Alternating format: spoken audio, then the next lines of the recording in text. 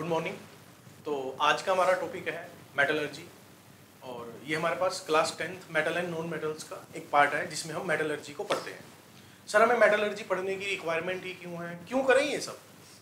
तो सिंपल सा आंसर है कि अगर आपने मेटल्स की प्रॉपर्टी देखी होगी तो मेटल्स का मेन काम क्या होता है कि वो स्टेबिलिटी के लिए अपने इलेक्ट्रॉन्स को डोनेट कर देते हैं।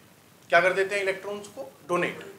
अब वो डोनेट जब इलेक्ट्रॉन करते हैं तो सर कोई ऐसा मेरे को एटम चाहिए होगा जो उस इलेक्ट्रॉन को रिसीव कर रहा होगा, जो एक्सेप्ट कर रहा होगा और उस इलेक्ट्रॉन को। अगर किसी मेटल ने इलेक्ट्रॉन को डोनेट किया तो उस पर कैसा चार्ज डेवलप हो जाएगा? पॉजिटिव। और अगर कोई एक एटम है जिसने इलेक्ट्रॉन को एक्सेप्ट किया तो उसके ऊपर कैसा चार्ज डेवलप हो जाएगा? नेगेटिव। अब ये पॉजिटिव बन गया डोनेट करने के बाद और ये बन गया negative after receiving the electron, और उसके बाद ये आपस में क्या हो जाएंगे? कंबाइन। क्योंकि इस पे कैसा चार्ज आ चुका है? पॉजिटिव। इस पे कैसा चार्ज आ चुका है? Negative. And positive and negative charge are attract each other. ये आपस में एक दूसरे को अट्रैक्ट करते हैं, पॉजिटिव और नेगेटिव, जिनकी वजह से मेरे जो मेटल्स हैं, मेनली जो हाईली रिएक्टिव मेटल्स हैं, वो किसी ना किसी के साथ कंबाइंड स्टेट में मिलते हैं। और आपको पता है कि मेनली मेटल्स जो है वो हमें अर्थ क्रस्ट में मिलेंगे। तो सबसे पहले हम क्या करते हैं? माइनिंग करके उन मेटल्स को रिमूव करते हैं। अब वो अनप्योर फॉर्म में है, प्योर फॉर्म में नहीं है। अब हमारा काम क्या है कि इम्प्योर फॉर्म से उन्हें प्योर फॉर्म तक लेके जाना। ठीक है, हम पूरी मेटलर्जी की जो हमारे पास अभी ये जो चैप्टर है इसके अंदर हम क्या करने वाले हैं कि कंप्लीटली ये पढ़ने वाले हैं कि कैसे मैं इम्प्योर को प्योर में कन्वर्ट करूंगा। मतलब हम यहाँ पर साफ सफाई का काम करने वाले हैं, सिंपली, और कुछ नहीं करना हमने। तो सबसे पहले हम सीखेंगे कि ये जो एक्सट्रैक्शन है, जो अर्थ क्रस्ट से हम एक्सट्रैक्ट करते हैं तो हमें क्या मिलता है। देखिए, अब फॉर एग्जांपल हम समझते हैं आयरन से। अब हम आयरन की बात करें तो हमारे पास आयरन के मिनरल्स और ओर। मिनरल्स क्या है? मिनरल्स वो चीज होती है जिनके अंदर आपको आयरन का कंटेंट मिलता है। What is mineral? जिसमें आपको क्या मिले? आयरन का कंटेंट। तो हम उसे क्या बोलते हैं? मिनरल्स।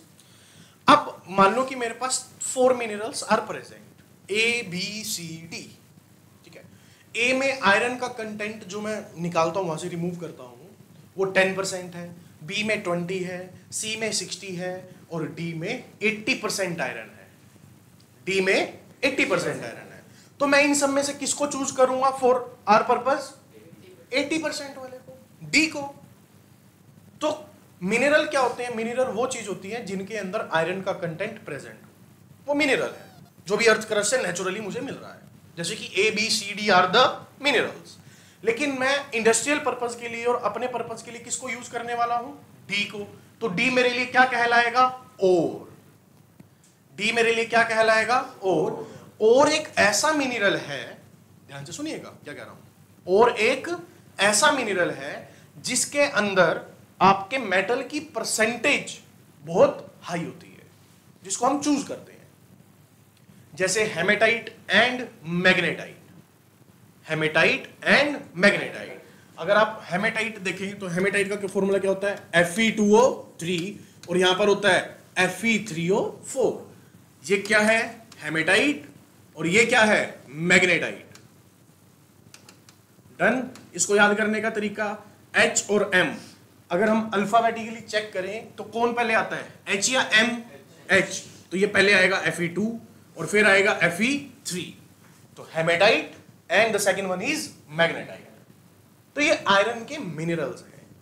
अब मैं इनमें से डिसाइड करूंगा कि मैं किसको लेने वाला हूं फॉर इंडस्ट्रियल पर्पस।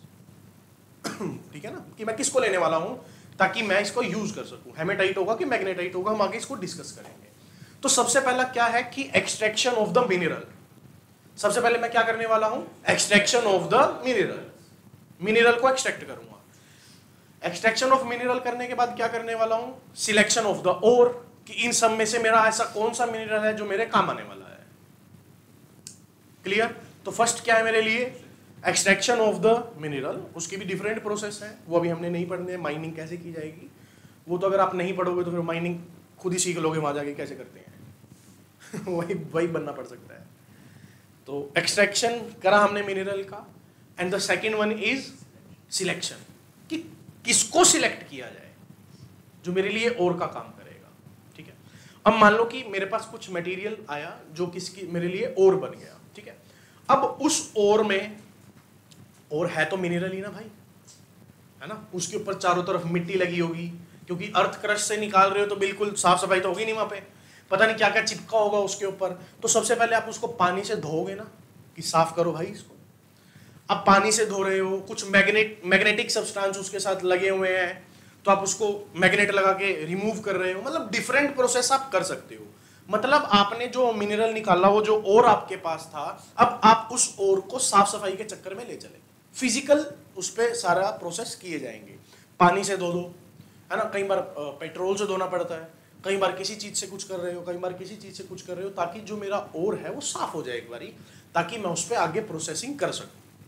तो अब देखिए यहीं पे, तो ओर निकलने के बाद सबसे पहले क्या किया जाता है, कंसेंट्रेशन ऑफ ओर, ताकि उसकी साफ सफाई की जा सके।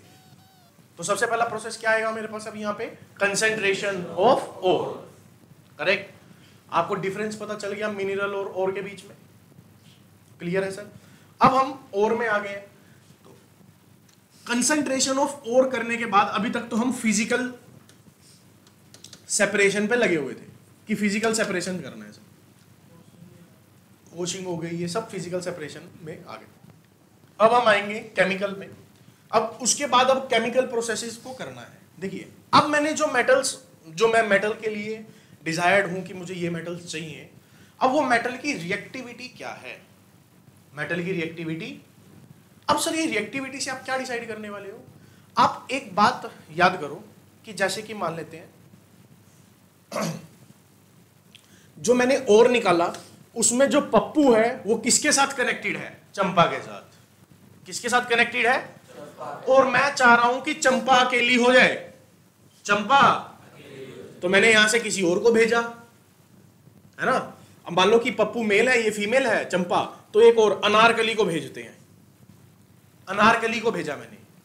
अब क्या अनारकली इसको डिस्प्लेस कर पाएगी कि वो पी, ए और सी अलग हो जाए, क्या ये डिस्प्लेस कर देगी इसको, जी हां, लेकिन एक शर्त पे डिस्प्लेस करेगी। क्या शर्त है, कि अनारकली चंपा से ज्यादा रिएक्टिव होनी चाहिए, ज्यादा पावरफुल होनी चाहिए, तभी ये काम होगा।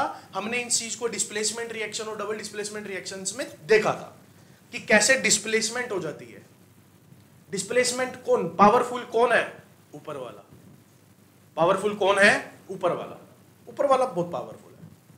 अब ऊपर वाला कौन पावरफुल है सर, इसके लिए आपको किस में जाना होगा, रिएक्टिविटी सीरीज में, रिएक्टिविटी सीरीज। तो देखिए ये हमारे पास रिएक्टिविटी सीरीज है, और इस रिएक्टिविटी सीरीज पे आपको काम करना है। इस रिएक्टिविटी सीरीज पे हम काम करने वाले हैं। अब ये रिएक्टिविटी सीरीज याद है आपको, ये कंप्लीट याद करेंगे, स्कूल की बुक में छोटी दे रखी है, लेकिन हम ये वाली याद करने वाले हैं। क्या है, लेके 12 सरदार का नाम, मांगे अली महान, जानकर फेंके कूदे कोई नीचे, सुनो प्रभु हे, copper mercury silver gold, copper mercury, copper mercury, लेके 12 सरदार का नाम, जानकर फेंके कूदे कोई नीचे, सुनो प्रभु हे, copper mercury silver gold, copper mercury, copper mercury.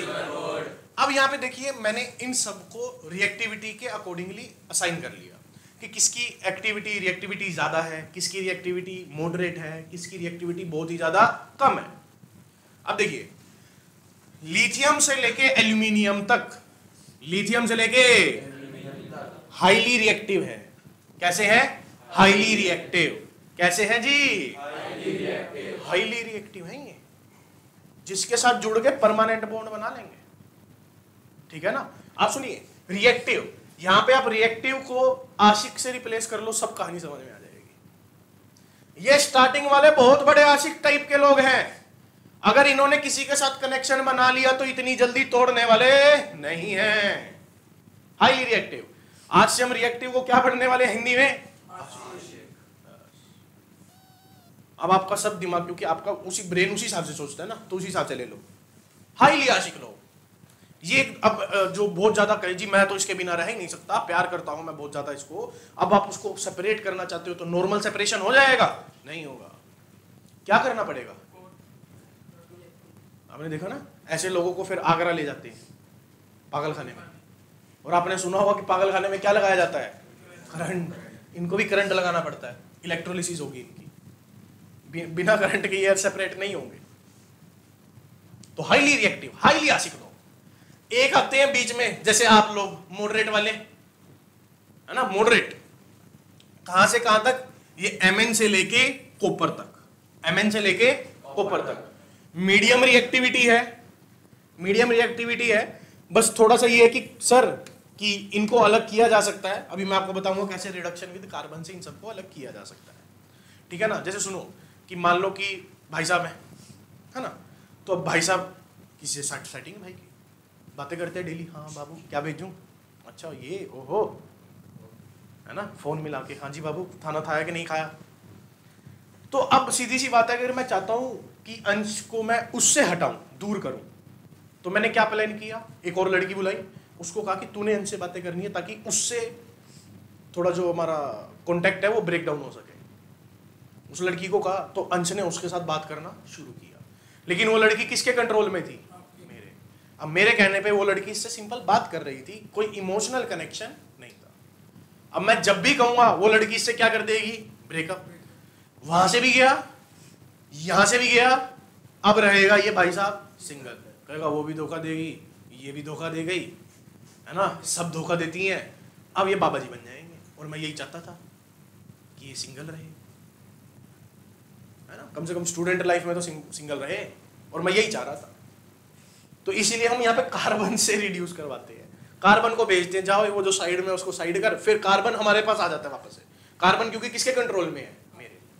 क्योंकि कार्बन को निकालना बहुत इजी टास्क है, ऑक्सीजन दे दो, CO2 बना के साइड हो जाता है, कह रहा मैं चला, वो बेचारा अकेला रह जाता है पीछे। और मैं यही तो चाहता था कि मेरा जो इम्प्योर मेटल है वो क्या हो जाए? प्योर। रिएक्टिविटी सीरीज की अगर बात करें तो रिएक्टिविटी सीरीज में अब क्या क्या चीजें देखने को मिलती हैं आपको?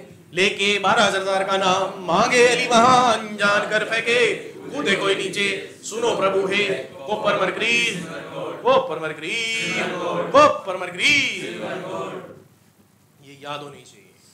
उसके बाद हमने इस रिएक्टिविटी सीरीज को 3 पार्ट्स में डिवाइड किया, highly reactive, moderate reactive and low reactivity वाले।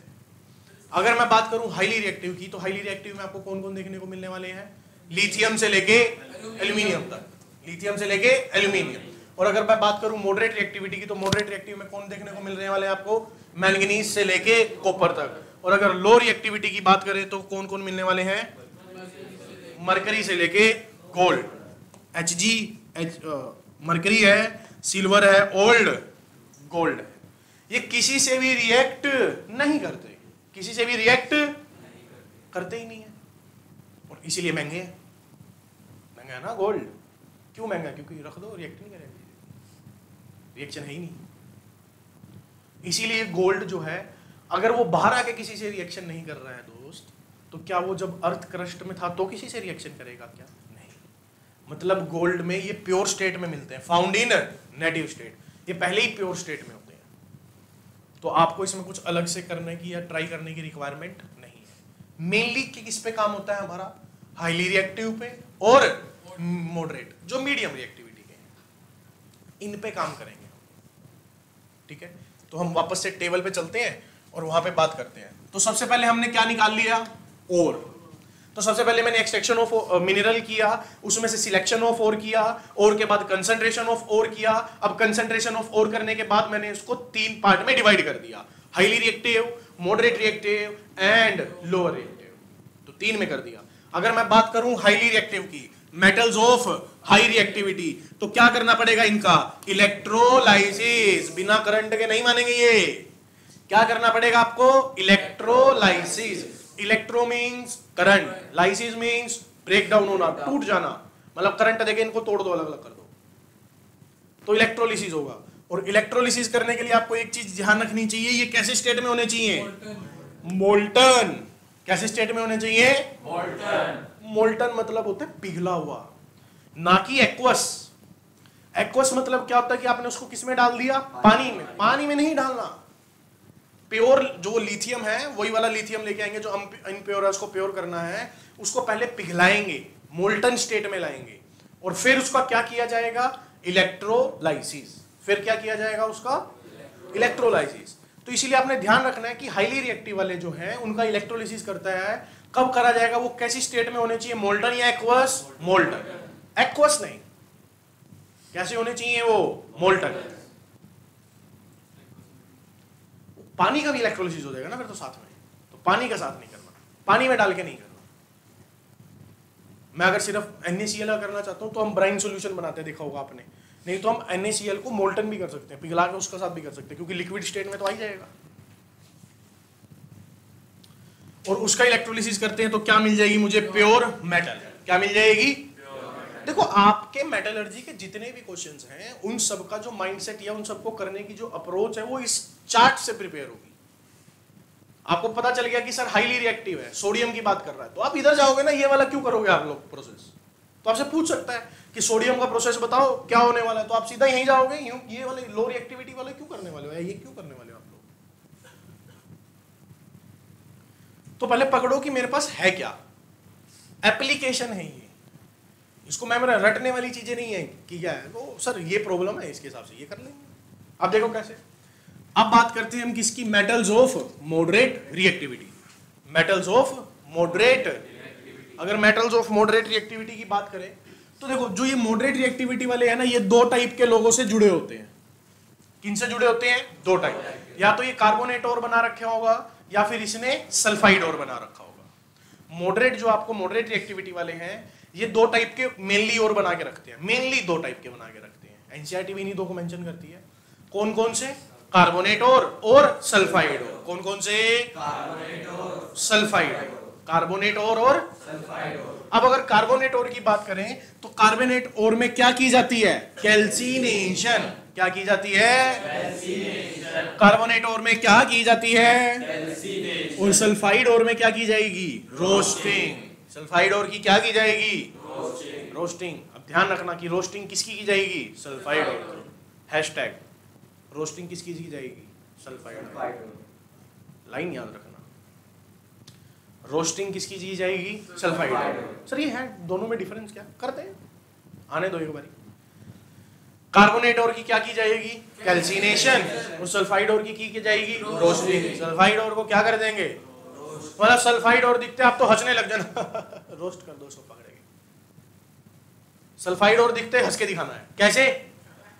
जोर से हंसो नहीं, रावण नहीं बनना, थोड़ा सा डिसेंट वे में। देखो हाँ भाई साहब हंस के दिखाओ थोड़ा। नहीं कोई नहीं कह रहा है हम, क्योंकि सर एग्जाम सर पे खड़े हम तो हंसी नहीं निकल रही, पहले बहुत निकली सर, अरे पहले बहुत निकली। अब सुने, आफ्टर कैल्सिनेशन और रोस्टिंग के बाद हम क्या करने वाले हैं, क्या मिल जाएगा मुझे? Oxide of. अब मैंने उसके साथ क्या जो ऑक्साइड जोड़ दिया है जी, ऑक्सीजन जोड़ चुका हूं, और फिर क्या कर लूंगा इसका? रिडक्शन। क्या कर लूंगा इसका? रिडक्शन। देखो यहाँ पे क्या टेक्निक क्या है, देखो कितनी मजेदार टेक्निक से काम करते हैं। मान लो भाई साहब है ना, भाई साहब की गर्लफ्रेंड है, मैंने क्या किया, किसी दूसरी को भेजा, ठीक है ना, अब उसके साथ भाई साहब जुड़ गए, वो इससे ज्यादा पैसे खर्च करवाती है उसके मुकाबले, तो अब इसका लॉस ज्यादा हो रहा है कि कम हो रहा है पहले से? तो ऑक्सीडेशन हो चुका है इसका, है ना। लेकिन वो किसके कंट्रोल में है? मेरे, क्योंकि मैंने उसको समझा के भेजा था, पहले ब्रेन वॉश करके भेजा इसकी तरफ। अब बाद में क्या करूंगा, उसको निकाल लूंगा, इसका क्या करवा दूंगा? रिडक्शन। जोड़ने पे ऑक्सीडेशन, मान लो ऑक्सीजन थी, जोड़ा तो ऑक्सीडेशन, निकाल लिया तो रिडक्शन। तो पहले ऑक्सीडेशन करते हैं। सर ऑक्सीडेशन करना क्यों जरूरी है? क्योंकि इसको अगर प्योर बनाना है, अगर इसको सिंगल रखना है, तो पहले इसको किसी और के साथ जोड़ना होगा, फिर उससे फिर वापस से निकालना होगा, ताकि पता चले, धक्का लगे एक बार, ओह कि सभी लड़कियां ऐसी होती हैं। कहीं होंगे, देखे होंगे आपने क्लास में, वो यही बोलते हैं सभी लड़कियां ऐसी होती हैं, वो धोखा खाए हुए हैं, उनको लगा हुआ धोखा 2-3 बार, तो फिर उनका ट्रस्ट ही खत्म हो जाता है, सब बेकार है यार, फिर वो बाबा जी बन जाते हैं, है ना, भस्म।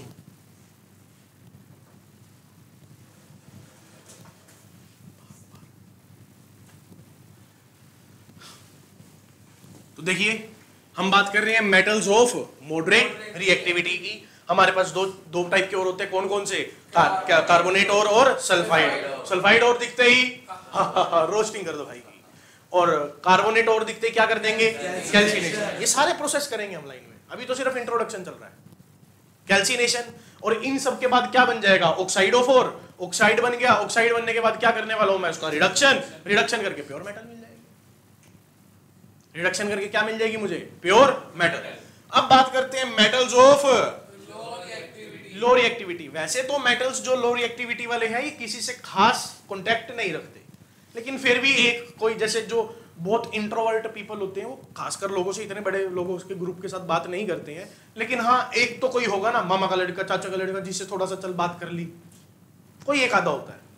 तो ये मेनली जो लो रिएक्टिविटी वाले हैं ये किसके साथ बना के रखते हैं, मेनली सल्फाइड और सल्फाइड और दिखते ही तो हंस के दिखा दो भाई, जो रोस्टिंग करेंगे, और रोस्टिंग करने के बाद वही ऑक्सीजन वो मिल जाएगा आपका ऑक्साइड और ये सब चीजें मेटल, और उसको फिर हम रिफाइन कर लेंगे। ये आपका एनसीईआरटी का टेबल है, देख लीजिए दोबारा से। अब प्रोसेस सेम है, क्योंकि वहां रोस्टिंग के बाद एक प्रोसेस है कि यहां पर तो क्या करना पड़ता है कि ऑक्साइड ऑफ मेटल बनाने पड़ते हैं। ये रोस्टिंग करने के बाद खुद ही ऑक्सीजन छोड़ देता है, थोड़ा सा हीट करो ऑक्सीजन खुद ही निकल जाती है, ठीक है ना। जैसे कि मान लो दो लोग हैं, एक थोड़ा मॉडरेट टाइप का आशिक और एक बिल्कुल गिरा हुआ आशिक, लो लेवल आशिक जो कितना कुछ नहीं है। अब इसके साथ भी भाई साहब की होगी रिलेशनशिप, एक भाई साहब की होगी रिलेशनशिप, तो मैं किसको मैंने दोनों को समझाया, कौन जल्दी छोड़ देगा, भाई साहब। ये भाई साहब थोड़ा सा लेट छोड़ेंगे क्योंकि इमोशनल अटैचमेंट ज्यादा होगी, ये भाई साहब तो छोड़ेंगे हाईली रिएक्टिव, तो इसको कहां ले जाना पड़ेगा, आगरा, वहां के दर्शन कराने पड़ेंगे, है ना। लेकिन इंडिया में ऐसा काम नहीं है कि सभी ऐसे बहुत बड़े बड़े आशिकों को आप आगरा लेके जाएं, घर वाले ही बहुत है, वो वहां से बढ़िया ट्रीटमेंट कर देंगे फिर भी आपका। वहां आगरा वाले तो फिर भी सोचेंगे बस चलो थोड़ा सा करंट लो, यहाँ तो भाई साहब लगा के रखेंगे 10-15 मिनट, जब तक बेटा आप डंडा साथ होगा, वहां तो 2-3 बंदे होंगे या पूरी फैमिली खड़ी होगी आपके आगे, है ना। एक इधर से आएगा, है ना, इधर से आप बचोगे पापा से, इधर से तो मम्मी ने मार दिया होगा चप्पल उठा के। तो यहाँ पे अच्छा प्रोग्राम है, इंडिया में तो बेस्ट है, अच्छा ट्रीटमेंट किया जाता है घर पे, अगर पता चले तो, क्यों भाई साहब, है ना। तो दिक्कत हो सकती है सर, आपको बच के रहिएगा जरा, है जी। हाँ डिस्क्लेमर, एक फर्स्ट हैशटैग आपको पढ़ाया आज का, क्या, सल्फाइड और की क्या की जाएगी, सल्फाइड और की क्या की जाएगी, ये आपको समझ के चलना है। पूरा टेबल याद है, दिमाग में सेट है, बता पाओगे। अब एक बार इसको दोबारा से टेबल को रिवाइज कर लेते हैं। सर हम बात कर रहे थे, सबसे पहला स्टेप क्या होता है, extraction of mineral, extraction of, उसमें से सिलेक्शन ऑफ, फिर कंसंट्रेशन ऑफ ओर। अब उसके बाद हम उसको 3 टाइप में डिवाइड करते हैं, हाईली रिएक्टिव, हाईली रिएक्टिव का क्या किया जाएगा, कौन सी स्टेट का, मॉडरेट स्टेट का, ठीक है। और अगर मैं बात करूं आपकी किसकी, मॉडरेट रिएक्टिव की, मॉडरेट रिएक्टिव में कितने टाइप के और देखने को मिले, तो कौन कौन से, कार्बोनेट की और सल्फाइड, कार्बोनेट और का, सल्फाइड और दिखते ही रोस्टिंग, इनकी वजह से हो जाएगा ऑक्साइडोफोर, ऑक्साइडोफोर बनेगा, ऑक्साइडोफोर को रिडक्शन कर लेंगे और रिडक्शन के बाद आपको क्या मिल जाएगी, प्योर मेटल। इधर लोअर रिएक्टिविटी की अगर हम बात करें तो लोअर रिएक्टिविटी में क्या क्या, सल्फाइड और देखने को मिल रहा था जिसकी रोस्टिंग करनी है और आपको प्योर मेटल मिल जाएगा। ये हमने अब सब पढ़ना है, टोटली जो पढ़ने वाले हैं वो ये चीजें हैं जो आपने देख ली। आपको किसी को यहाँ तक कुछ पूछना है तो आप पूछ सकते हैं जी। सिलेक्शन ऑफ 4, आपने जो मिनरल निकाला आपने, तो उसमें ABCD 4 हमारे पास निकल के आए, अब उसमें से और कौन सा बनेगा मेरे लिए, बस यही है सिलेक्शन। सिलेक्ट कर लिया ना, तो आपने सिलेक्ट किया ना सर D, हाँ तो फिर वो मिनरल ही तो और है, वो मिनरल जिसमें हायर परसेंटेज की क्वांटिटी मिल रही है, मैं उसको क्या कहलाऊंगा आप, और बस।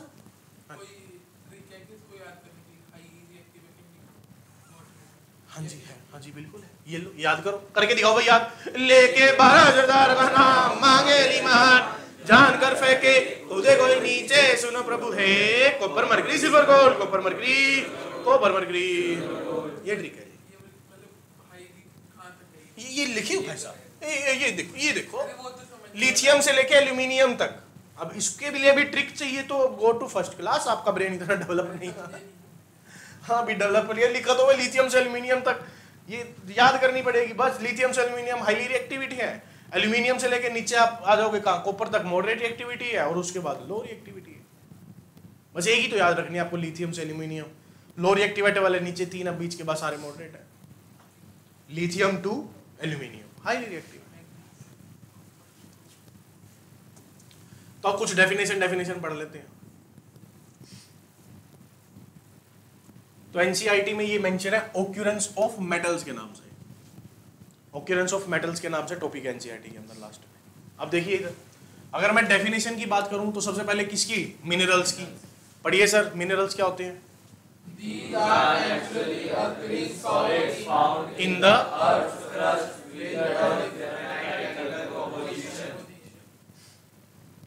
Definite chemical composition. डन। आगे देखिए, ओर्स पढ़ लीजिए। और the minerals that contain concentrations of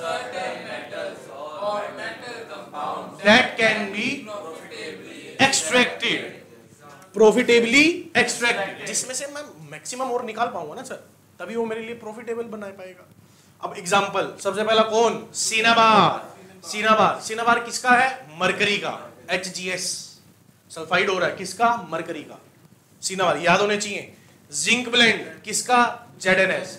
एक चीज याद रखना, जिंक ब्लेंड, लेड ब्लेंड, कई सारे ब्लेंड आते हैं, जब भी ब्लेंड टर्म पीछे लिखा हो पक्का किसका और होगा? सल्फाइड का, पक्का सल्फाइड का होगा, 100% सल्फाइड का और होने वाला। आगे एक और आता है क्या? गैंग, जिसे हम क्या बोल लेते हैं? और मैट्रिक्स। पढ़िए एक बार, it is the present in the ores, remove those impurity, a substance called flux is added to form slag that can be easily removed. That can be easily removed. ठीक कर लेते हैं।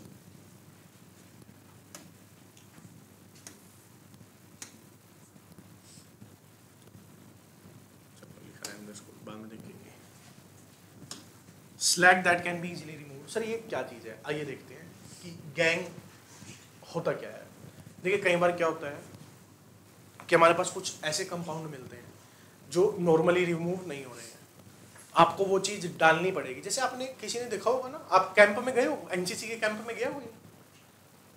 नहीं गए अभी तक? NSS या कोई भी कैंप में गए हो आप लोग? हाँ, तो जहाँ पे मतलब एक गैदरिंग कैंप लगते हैं, तो आपने देखा होगा वहाँ सुबह मॉर्निंग में ना चाय बनती है।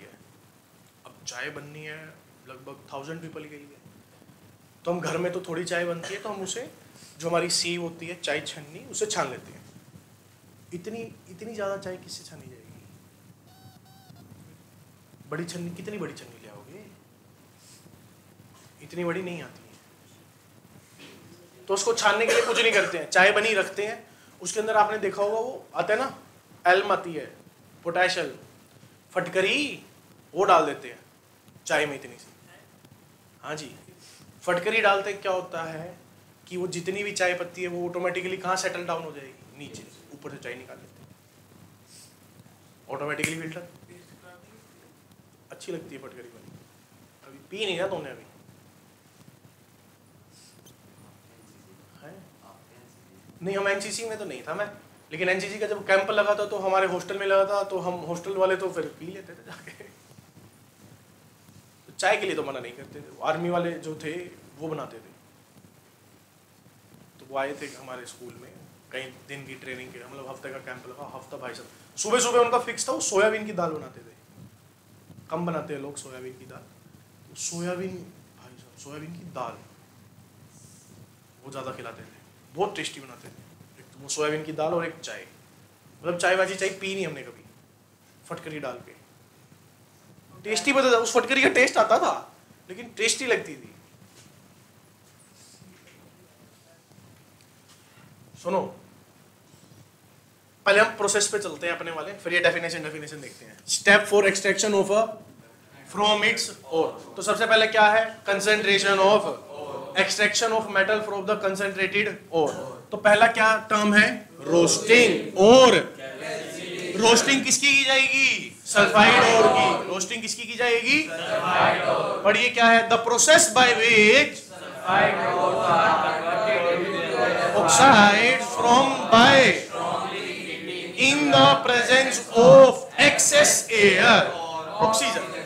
मतलब रोस्टिंग के अंदर आपके पास एक्सेस एयर होनी चाहिए, क्योंकि सल्फाइड के और के पास खुद ऑक्सीजन नहीं है, इसलिए आपको एक्सेस एयर देनी पड़ती है। मैंने आपको पहले ही हैशटैग पढ़ा था हमने, क्या हैशटैग रोस्टिंग किसकी, सल्फाइड और की, किसकी, सल्फाइड और की। तो आप एक बार डेफिनेशन दोबारा पढ़िए, the process by which sulphide ores are converted,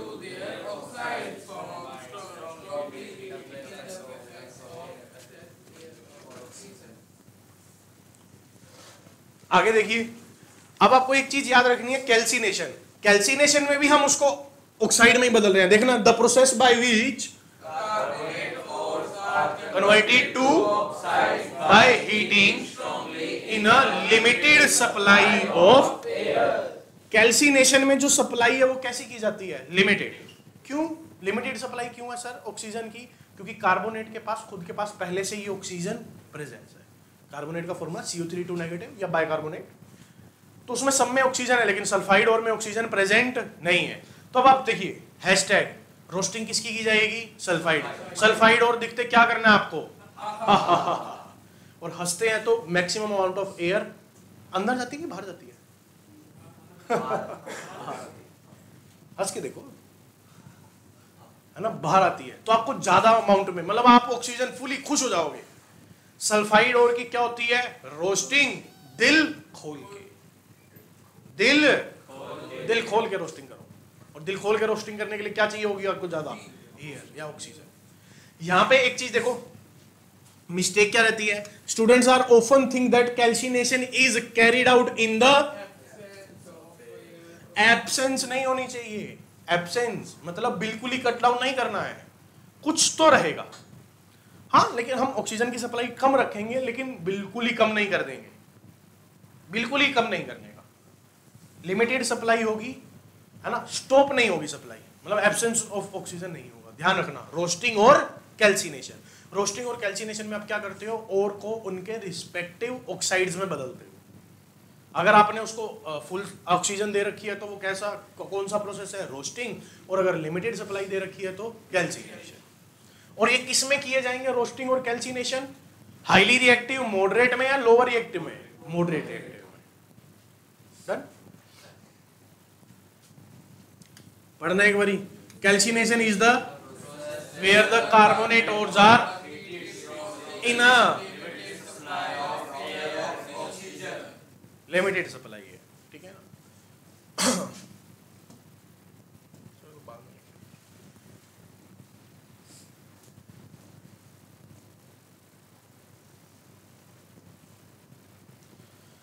आइए कुछ पढ़ते हैं।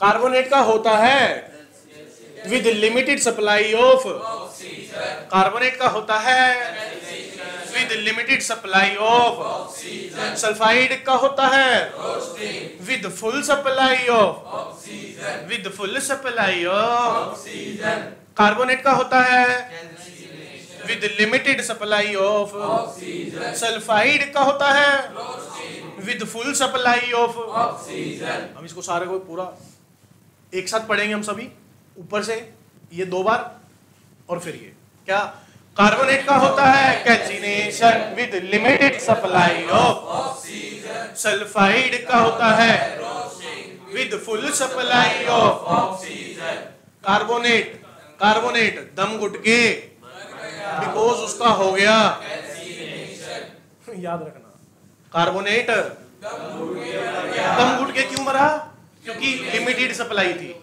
ऑक्सीजन की कैसी सप्लाई थी, इसीलिए जल्दी मर गया। सल्फाइड हंस के मर गया, सल्फाइड बिकॉज उसकी हो गई रोस्टिंग हो गई थी, बेचारा हंस के मर गया। तो देखो ये ले देके इतनी सारी चीजें जो आपको बताई जा रही हैं, सिर्फ आप इसीलिए कि कैल्सिनेशन और रोस्टिंग में आप डिफरेंस पता कर सकें, कि कैल्सिनेशन में लिमिटेड सप्लाई ऑफ ऑक्सीजन है, और रोस्टिंग की अगर बात करें जो सल्फाइड और की होती है वहां पे फुल सप्लाई ऑफ ऑक्सीजन है, दे के सप्लाई, दिल खोल के दे दो। सल्फाइड की क्या करी जाती है, रोस्टिंग, दिल खोल के, दिल खोल के रोस्टिंग करो।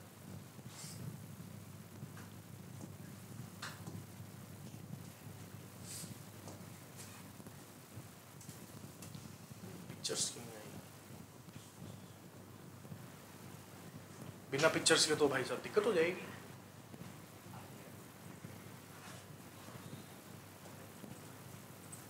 What happen bro?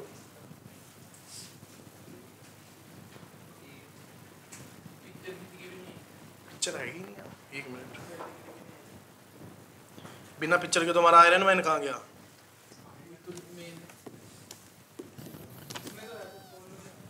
आ रही है?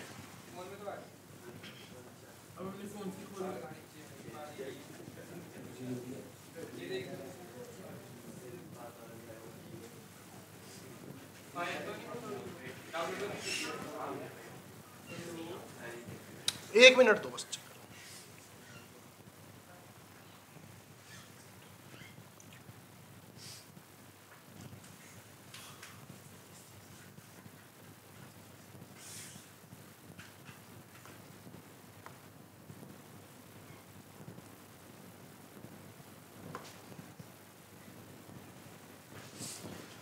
एक बार वहां से खोल लेते हैं।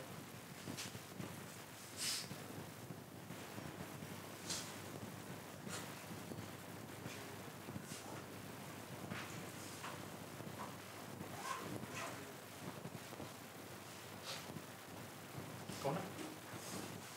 सर से बात करें। हेलो, हाँ जी भाई साहब, आए नहीं आज आप? बहाना, बढ़िया सा बहाना, कोई बढ़िया बहाना बताया यार। ओहो, अच्छा,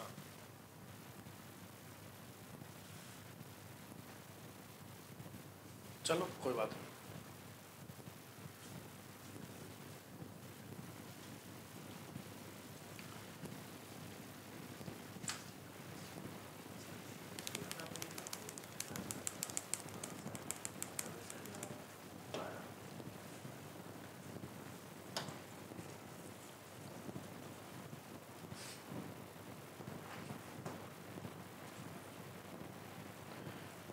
पिक्चर की तो मेन सारी कहानी थी, है ना?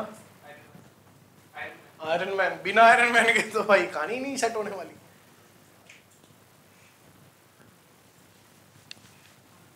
आगी आगी, ओहो आगी।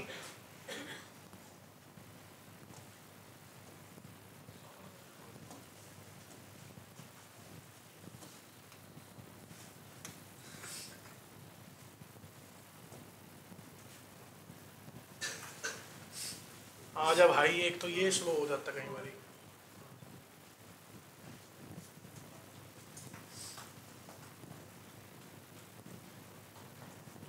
आई आई,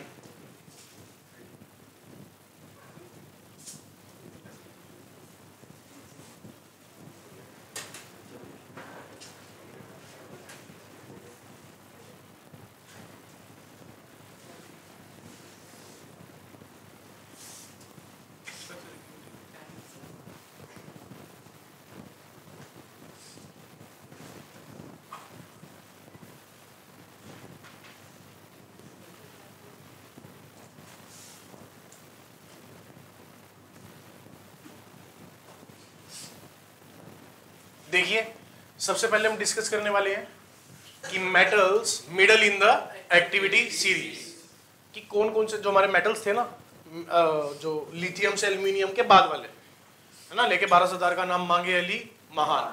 अब महान से लेके उसके बाद आगे हम देख रहे हैं, और मेनली किस किस के बारे में पढ़ रहे हैं हमने? आयरन, जिंक और लेड।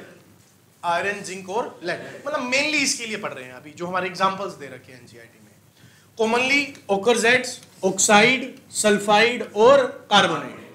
हम देखो सल्फाइड और कार्बोनेट को भी बाद में ऑक्साइड्स में बदलते हैं, कई बार ये पहले से ही किस फॉर्म में होते हैं? ऑक्साइड फॉर्म में। These are converted to their oxide by roasting, calcination for easier extraction, ताकि इसे easily रिमूव किया जा सके, easily extraction के लिए। These are reduced by reducing agent like carbon or by reaction with highly reactive metals like sodium, calcium या फिर aluminium की बात कर रहे हैं। जो हाईली रिएक्टिव है उससे कह रहे हैं कि जी डबल डिस्प्लेसमेंट करवा दो इनकी। क्या करवा दो? पकड़ के डिस्प्लेसमेंट करवा दो। तो देखो हमारा सबसे पहले काम क्या है? Extraction of zinc. अगर हम जिंक की बात करें सबसे पहले, हेलो, तो सबसे पहले हम देख रहे हैं एक्सट्रैक्शन ऑफ जिंक को। एक्सट्रैक्शन ऑफ जिंक, तो सबसे पहले अगर आप और निकालोगे उसको किस में कन्वर्ट करने वाले हो? Conversion to oxide. Conversion to, अब देखिए जिंक का डायरेक्ट पूछा जा सकता है कि जिंक के लिए आप क्या करने वाले हैं। तो सबसे पहले क्या करने वाले हो? उसको ऑक्साइड में कन्वर्ट करो। कैसे करेंगे? बाय रोस्टिंग जिंक सल्फाइड, या फिर इसको जिंक ब्लेंड भी बोला जा सकता है क्योंकि कैसा है? ZnS। Zn, अगर आपको रोस्टिंग करनी है तो ऑक्सीजन फुल सप्लाई या लिमिटेड सप्लाई? Full supply. कैसी सप्लाई? तो ZnS प्लस में क्या डाला आपने साथ में? ऑक्सीजन, क्योंकि ऑक्सीजन ज्यादा रिएक्टिव है सल्फर से, तो क्या बना लेगी? जिंक ऑक्साइड, और सल्फर डाइऑक्साइड बाहर। सल्फर डाइऑक्साइड बाहर। देखो अब बात किसी करें यार, हमारे पास है जी, देखो करना क्या है, स्टेप चूज करो सबसे पहले। तो फर्स्ट ऑफ ऑल हम और लेंगे, उसका ऑक्साइड में बदलेंगे। ऑक्साइड में बदलने के लिए क्या करना पड़ सकता है? कैल्सिनेशन या फिर रोस्टिंग। स्टेप याद कर लो पहले। सबसे पहले क्या करना है आपको? उसका ऑक्साइड में चेंज करना है। किस में चेंज करना है? ऑक्साइड। फर्स्ट स्टेप क्या है केमिकल में? उसको किस में चेंज करना है आपको? ऑक्साइड में चेंज करने के लिए कितने मेथड अवेलेबल है? दो, या तो कैल्सिनेशन या फिर, और ये तो मैं देख के डिमांड एंड सप्लाई की करना क्या है, मैं रोस्टिंग करूं या फिर कैल्सिनेशन। अगर एक बार वो हो गया, ऑक्साइड बन चुके हैं, फिर आपको वापस से क्या करना है? उसका रिडक्शन। तो फिर आप रिडक्शन की ओर निकलेंगे। किसकी ओर जाएंगे? रिडक्शन की ओर। तो सबसे पहले मैं ऑक्साइड बनाऊंगा इनके। अब वो कह रहा है कि जिंक में अगर मेरे पास जिंक सल्फाइड है तो क्या करूंगा? रोस्टिंग। लेकिन अगर मेरे पास क्या है? जिंक कार्बोनेट, तो क्या करूंगा? कैल्सिनेशन। तो दोनों हमारे पास अप्रोच है, क्योंकि अगर वो सल्फाइड है तो ये करूंगा, और अगर कार्बोनेट है तो ये करने वाले हैं। ठीक है ना? तो अगर मैं बात करूं बाय कैल्सिनेशन, तो जिंक कार्बोनेट को हीट करेंगे। यहां पे हम ऑक्सीजन नहीं दिखाते हैं कि सर यहां पे +O2 लिख दो आप, क्योंकि लिमिटेड सप्लाई है ऑक्सीजन की। तो ऊपर वाले में लिखा क्योंकि फुल सप्लाई है, यहां पे कैसी सप्लाई है? लिमिटेड। तो जिंक कार्बोनेट को आप हीट करोगे तो किसमें बदलेगा? Zinc plus carbon dioxide 2। और अगर सल्फाइड वाला और है तो वो क्या बन जाएगा? Zinc oxide plus SO2। देखिए सिंपल सी कहानी है। अगर सल्फाइड हो रहा है, ऑक्सीजन दे रहे हो तो SO2 बाहर और आपका ऑक्साइड बन गया, क्योंकि ले दे के आप सबसे पहले क्या करना चाह रहे थे? Conversion to oxide. चाहे आप कार्बोनेट और ले लो, चाहे आप सल्फाइड और ले लो, बनाना क्या है आपको? ऑक्साइड उसका। जैसे मैंने लिखा जिंक सल्फाइड, ऑक्सीजन दी तो जिंक ऑक्साइड, SO2 बाहर। अगर मैंने बोला जिंक कार्बोनेट, उसको सिंपली हीट किया in the limited supply of oxygen, क्या बना? Zinc oxide plus carbon dioxide. तो सल्फाइड हो रहा है तो SO2 पक्का निकलेगा, और अगर कार्बोनेट और है तो कार्बन डाइऑक्साइड कंफर्म निकलने ही वाली। डन। अब सुनिए, आपने क्या बना चुके हो? इसके ऑक्साइड। क्या बना चुके हैं? इसके ऑक्साइड। अब ऑक्साइड बनाने के बाद आप क्या करने वाले हो? ये ZNO आ चुका है। अब मैं किसको भेजूंगा यहां पे? कार्बन को। किसको भेजूंगा? और कार्बन अब ये ऑक्सीजन लेके क्या बना देगा? CO2। क्या बनाएगा यहां पे? CO2। कार्बन डाइऑक्साइड बाहर और जिंक बच गया अकेला। वही पहले आपने जोड़ी चीजों को, ऑक्साइड जुड़वाई और बाद में कार्बन के साथ इसका क्या करवा दिया गया दोस्त? रिडक्शन। तो CO2 बाहर हो गई, क्योंकि कार्बन ऑक्सीजन को देख के कह रही चल हम चलते हैं यार, चलो चले। अब तो ये किसका एक्सट्रैक्शन था? फर्स्ट जिंक का। किसका एक्सट्रैक्शन पढ़ा आपने? जिंक का। अब अगला एक्सट्रैक्शन कौन सा है जी? देखिए जरा,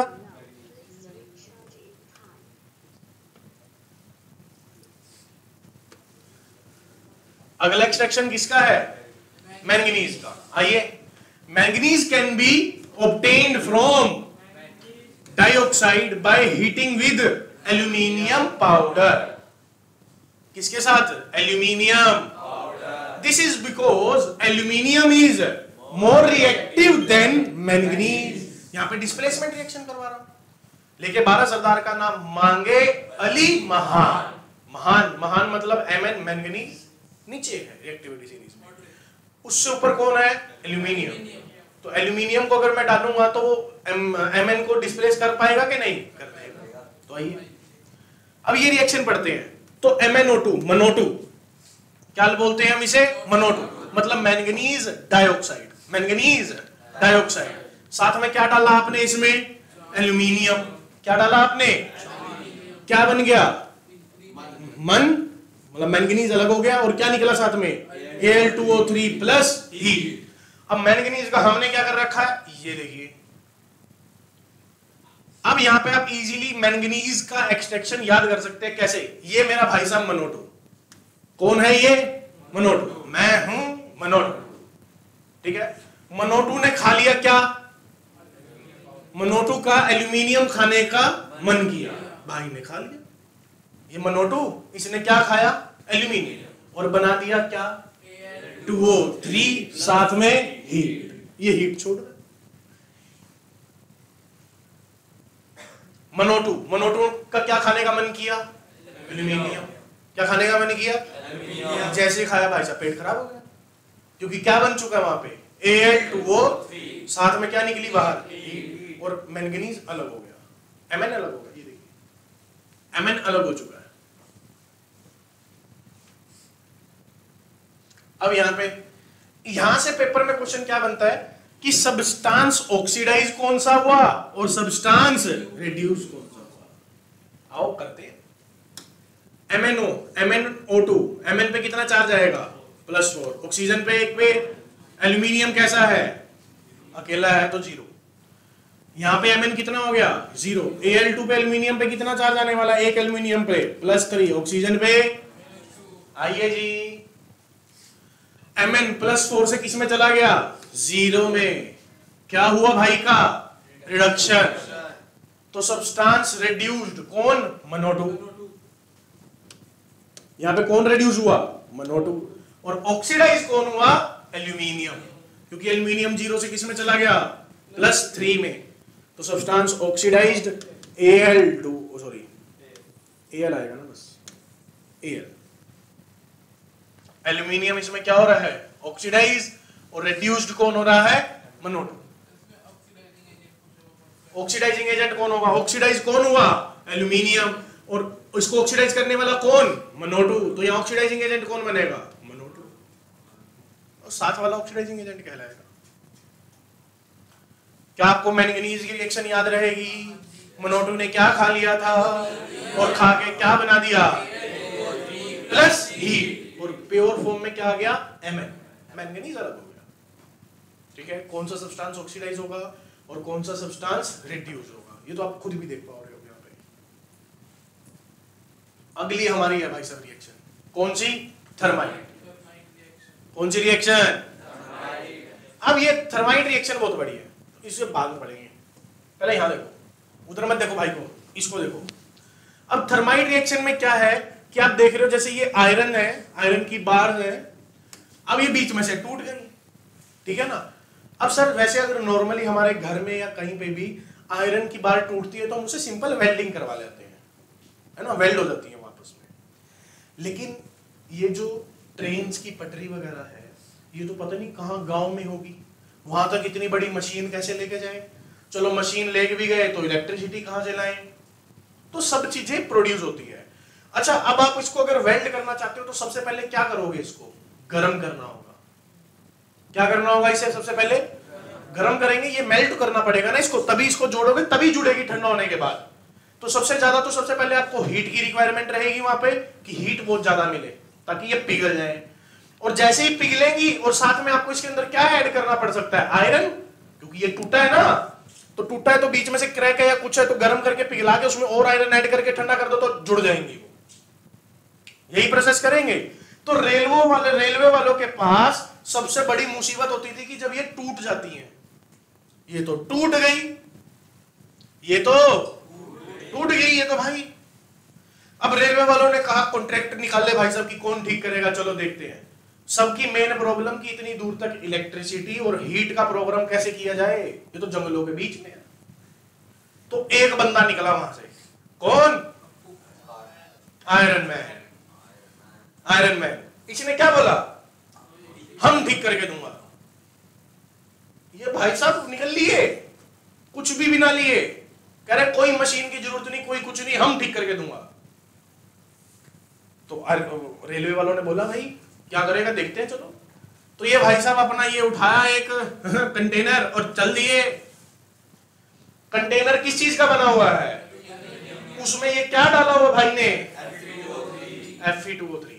क्या डाला हुआ है, हेमेटाइट। क्या डाला हुआ है, हेमेटाइट, दैट इज Fe2O। याद करो आयरन मैन। अब आयरन मैन दिल में बस जाना चाहिए आपके।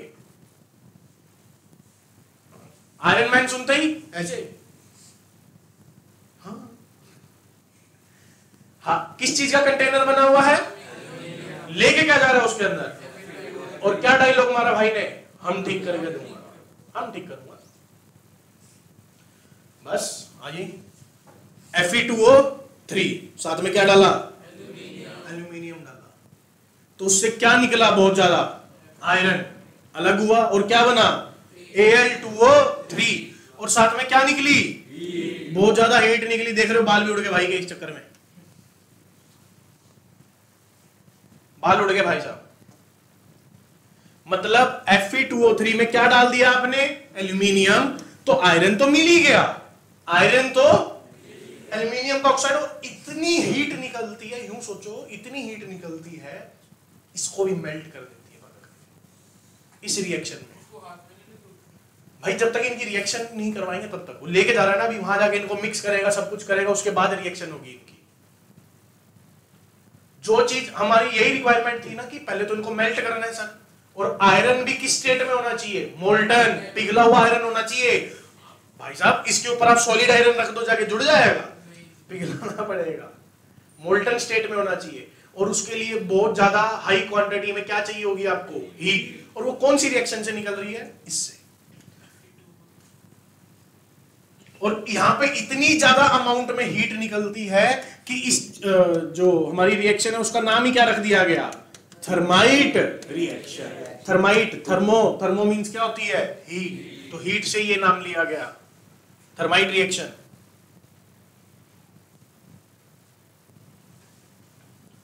Fe2O3 में क्या डाला साथ में, एल्यूमिनियम, और क्या बना, आयरन प्लस Al2O3, और बहुत ज्यादा अमाउंट में, ये हीट सबसे मेन है, बहुत ज्यादा अमाउंट में क्या निकलने वाली है, हीट। उससे क्या उड़े भाई के बाल ही उड़ गए सभी। आयरन मैन याद है, क्या लिया हाथ में, एल्यूमिनियम। एल्यूमिनियम में क्या डाला, Fe2O3, क्या बन गया,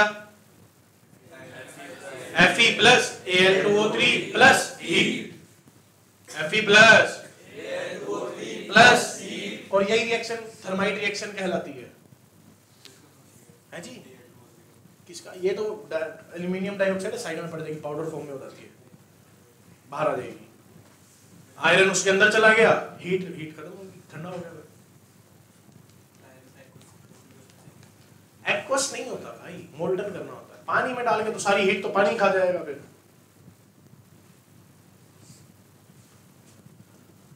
हम ठीक करके दूंगा भाई। और ये थर्माइट रिएक्शन है, ये लिख रही तो ये है, कहीं मान लिखे हो वहां पेपर में, हम ठीक करके दूंगा। और सीबीएसई चेकर भी हो, ये अच्छा बच्चा है, पूरा कॉन्फिडेंस है, हम ठीक करके दूंगा।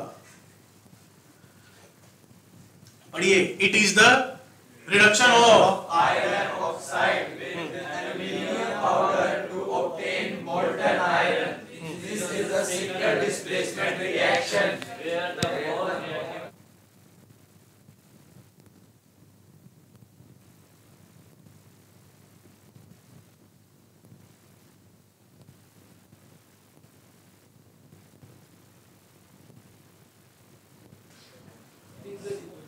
the iron melts from the extremely evolved by this highly exothermic reaction। तो सबसे पहले हमने पढ़ा जिंक का, उसके बाद पढ़ा मैंगनीज का। मैंगनीज का किससे शुरू होता है, मोनो2 से। फिर पढ़ी आपने थर्माइट रिएक्शन, मोनो2 की याद है, मोनो2 ने क्या खा लिया था, क्या बनाया, Al2O3 बना वहां पे भी, प्लस हीट, और मैंगनीज अलग। बस यार ये डायग्राम्स आपको याद रखने हैं, ये फोटो याद रखनी है, ये आयरन मैन याद रखना है। आयरन मैन सुनते हैं वो नहीं आना चाहिए आपके दिमाग में, वो नहीं। आयरन मैन मतलब हम ठीक करके दूंगा, हम ही नहीं, हम ठीक करके दूंगा। बंगाली थोड़ी ना, वो बिहार से है।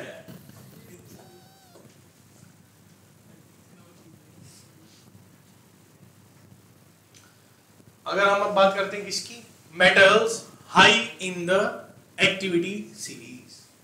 जब हमारे पास मेटल्स कैसी होती हैं, high in the activity series, ठीक है। इससे पहले आप क्या कीजिए, चलो अभी तो ये कर लेते हैं पहले, उसके बाद देखते हैं। अब metals in high activity series क्या है, commonly occurs as oxide, hydroxide और क्लोराइड। यहाँ सल्फाइड और कार्बोनेट के साथ नहीं, क्या क्या मिलती है, ऑक्साइड, हाइड्रोक्साइड और क्लोराइड। पढ़िए, these metal oxide are cannot be reduced by simply heating with reducing agent as the metal's affinity towards higher than that of the reducing agent। मतलब कुछ नहीं है, सुनो पहले यहाँ आओ। एफिनिटी मतलब कितने उससे पकड़ के रखता है उसको। पहले तो ये समझो ना कि हो क्या रहा है, उसके बाद की कहानी पता चलेगी ना।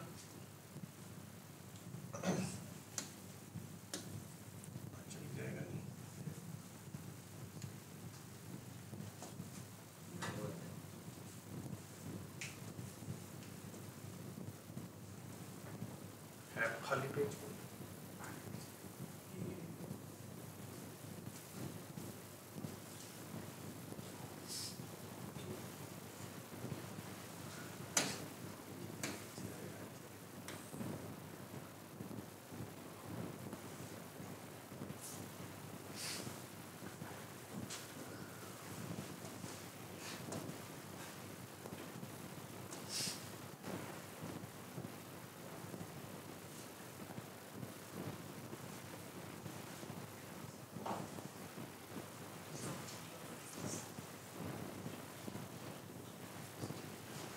तो मैं पहले आपको ना, सबसे पहले कई बच्चों ने इलेक्ट्रोलिसिस के बारे में डिटेल नहीं कर रखी है, तो मैं आपको पहले वो बता देता हूँ, उसके बाद फिर हम फर्दर इस पे आ जाएंगे।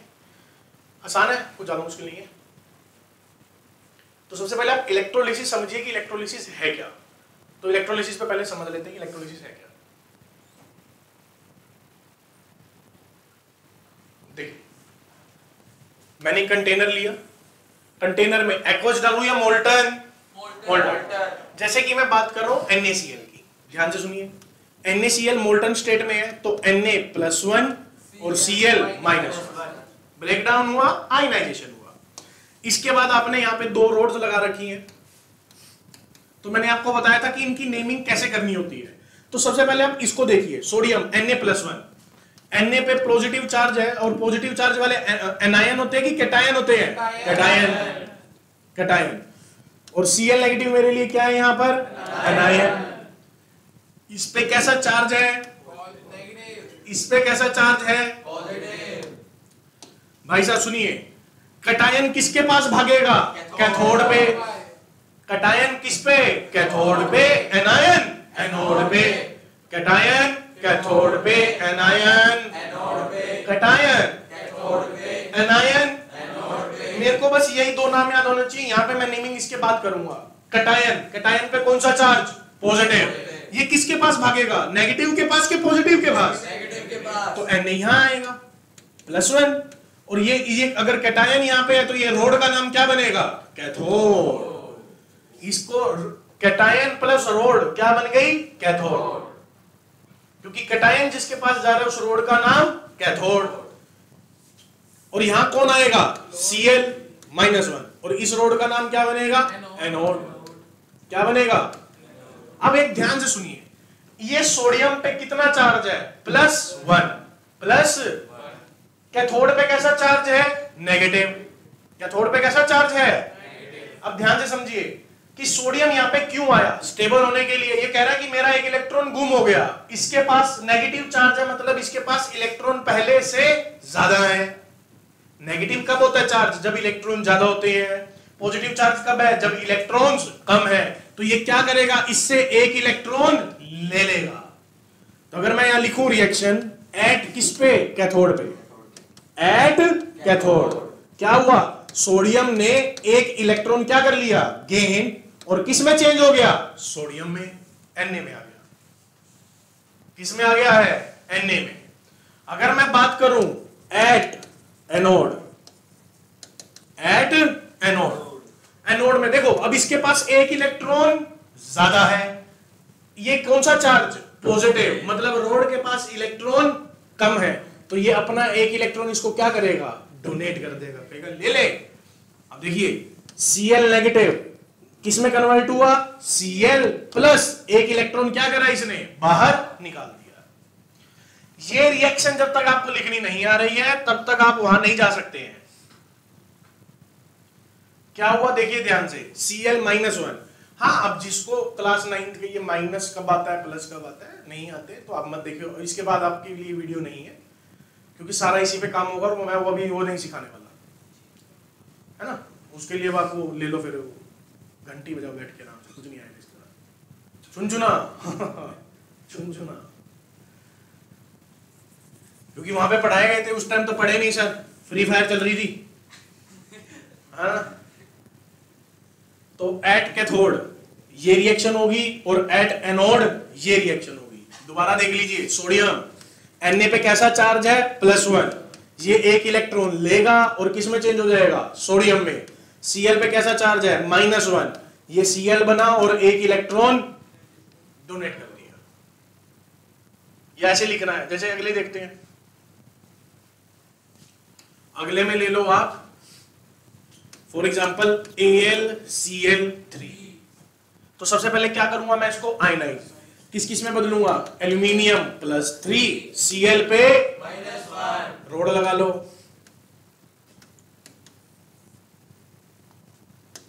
ये पॉजिटिव है और ये कैसा चार्ज है, ये नेगेटिव, तो ये अगर कौन है, कैटायन, तो ये क्या बनेगी, कैथोड। अब इसको आपको न्यूट्रल करना है, क्या करना है, न्यूट्रल। तो एल्यूमिनियम को न्यूट्रल करने के लिए कितने इलेक्ट्रॉन देने पड़ेंगे, +3, मतलब कितने इलेक्ट्रॉन लॉस कर रखे हैं इसने, 3, तो कितने और देने पड़ेंगे, 3, और किस में कन्वर्ट हो जाएगा ये, Cl-1, Cl-1 के पास कितने इलेक्ट्रॉन ज्यादा है, 1, तो कितने छोड़ देगी, 1 इलेक्ट्रॉन रिलीज कर देगी। क्या आप ये लिख सकते हैं। अब आपको इनको न्यूट्रल में कन्वर्ट करना है। मैं आपको अब देखो बहुत सारी चीजें दूंगा, अब यहाँ पे लिखूंगा, आपको उसको किस में कन्वर्ट करना है, न्यूट्रल में। जैसे सुनो, कैल्शियम +2, इसको न्यूट्रल बनाना है तो क्या करोगे, 2 इलेक्ट्रॉन निकाल लोगे या 2 इलेक्ट्रॉन देने पड़ेंगे, देने पड़ेंगे, तो प्लस कर दो, प्लस कितने इलेक्ट्रॉन, 2, क्या बदल गया, Ca में बदल गया। क्या करूं, ऐड करूं या सब्ट्रैक्ट, कितने इलेक्ट्रॉन, 2, +2 इलेक्ट्रॉन, क्या बन जाएगा, हाँ जी निकालने पड़ेंगे, कितने इलेक्ट्रॉन, 2, तो ऑक्सीजन अलग और 2 इलेक्ट्रॉन अलग। Cl-1 क्या करूं, कितने,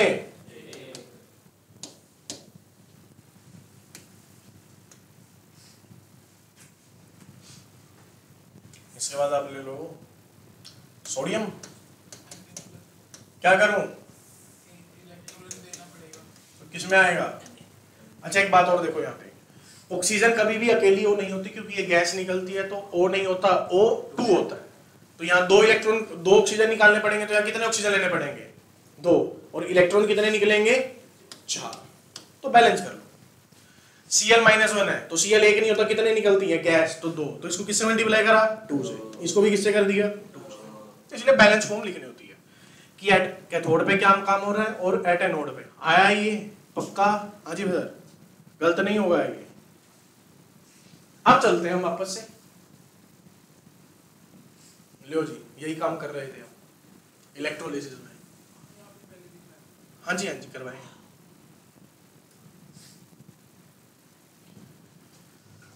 तो ये NaCl की आओ क्लोरल्कलाई प्रोसेस, इसी को बोलते हैं।